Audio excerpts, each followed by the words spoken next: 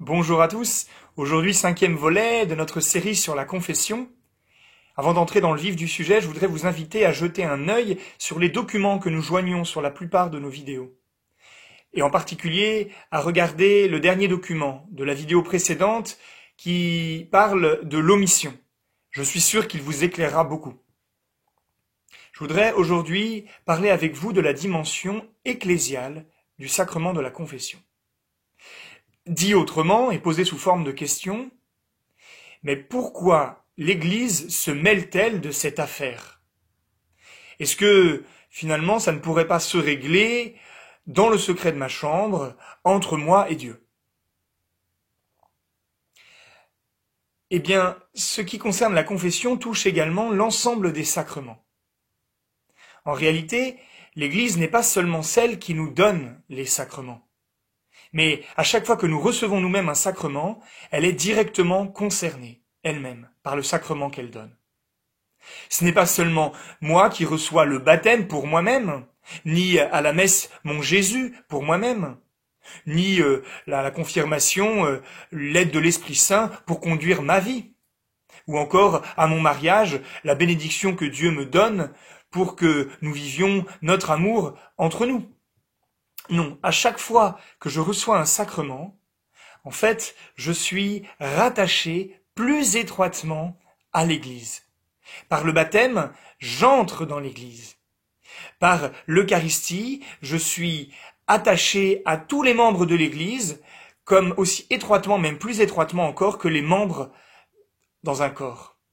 Lorsque je reçois le sacrement de la confirmation, le Seigneur m'associe à la mission de l'Église. Il en va de même pour tous les sacrements. Le sacrement des malades, qui fait que ma maladie, ma souffrance est offerte en union avec Jésus pour le bien de toute l'Église. Et il en va également de même pour la confession. Il y a donc plusieurs sens au fait que je doive passer par la confession formulée de mes péchés devant une autre personne qui se trouve être un prêtre. Et ce n'est pas seulement, si j'ose dire, une contrainte qui m'est imposée, mais il y a vraiment une grâce à comprendre et à recevoir.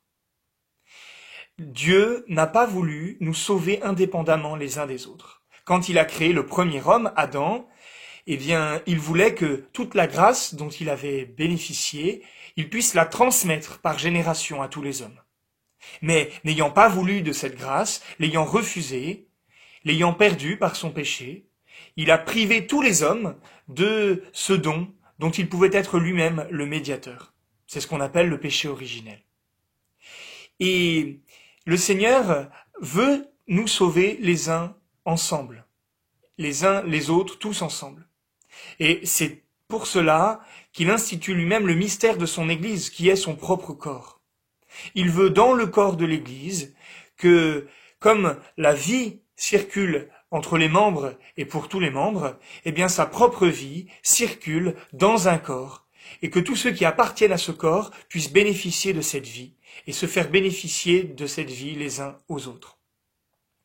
Et voilà pourquoi, en particulier, le sacrement de confession est essentiel et que l'Église y prend une part importante. Au-delà même de l'Église d'ailleurs, on pourrait comprendre d'ailleurs que il est nécessaire de confesser ses péchés objectivement en les formulant à quelqu'un, parce que cela nous permet d'éprouver un sincère regret de nos péchés. Cet acte aussi de confession, qui demande une grande humilité, par l'humilité nous prépare à recevoir ce que le Seigneur veut nous donner. Et puis il y a cette parole que nous entendons objectivement, qui est « je te pardonne ». Et le Seigneur veut nous faire entendre objectivement cette parole, pour nous assurer affectivement et psychologiquement aussi que nous avons vraiment été pardonnés. Mais ce n'est pas tout. En fait, il faut comprendre que lorsque je pêche, non seulement j'offense Dieu, mais j'offense aussi l'Église. En fait, je me sépare de l'Église. Comme un membre malade serait détaché de son corps et ne bénéficierait plus de la vie du corps, mais ne ferait plus non plus bénéficier au corps de sa vitalité, voilà ce qu'accomplit le péché. Bien au contraire, la confession, si j'ose dire, nous regreffe à l'Église. et nous permet de bénéficier de la grâce du corps entier, mais d'apporter aussi au corps tout ce que le Seigneur nous a donné. Et donc si le péché blesse, notre péché blesse l'Église, la confession, en nous regreffant à l'Église, eh bien bénéficie aussi à toute l'Église. Cette grâce est pour toute l'Église. Un petit témoignage pour vous éclairer de cela, sur ce point. C'est un jour une jeune fille qui va voir le cardinal Barbarin en lui disant, voilà, ma grand-mère est décédée, qu'est-ce que je peux faire pour elle? Et le cardinal de lui répondre, confessez-vous. Voilà. La grâce de la confession profite à toute l'Église, y compris l'Église qui est aujourd'hui souffrante au purgatoire et qui peut bénéficier de la grâce de cette confession. C'est le premier point. Le deuxième point, c'est aussi que donc le péché blesse l'Église, la grâce de la confession est pour l'Église, et lorsque je me confesse, je suis réintégré à l'Église, au corps de l'Église où la grâce circule, et enfin, je sais bien parfois qu'il est difficile pour moi de vaincre mon péché. Et c'est donc dans l'Église, c'est avec l'Église, avec la grâce dont l'Église me fait bénéficier, que je peux, avec le soutien de mes frères aussi, être vainqueur de mes péchés. Voyez comment l'Église intervient non seulement pour notre profit, mais que nous aussi, dans notre confession, eh bien, nous quelque part, nous apportons une grâce à l'Église. Et si nous avons à nous confesser devant un prêtre, le prêtre est à la fois pour nous présence de Dieu qui nous dit « je te pardonne », mais il est aussi présence de toute l'Église, à laquelle je suis réconcilié lorsque je suis réconcilié avec Dieu. Alors je vous invite peut-être, en préparant votre confession, à être vigilant à toutes ces attitudes par lesquelles, parfois, vous pouvez vous séparer de l'Église. Je peux donner des petits exemples très très idiots, mais qui sont parfois indicateurs. Lorsque, par exemple, j'en viens à manquer la messe, eh bien, ce n'est pas seulement Dieu que j'offense, mais c'est l'Église.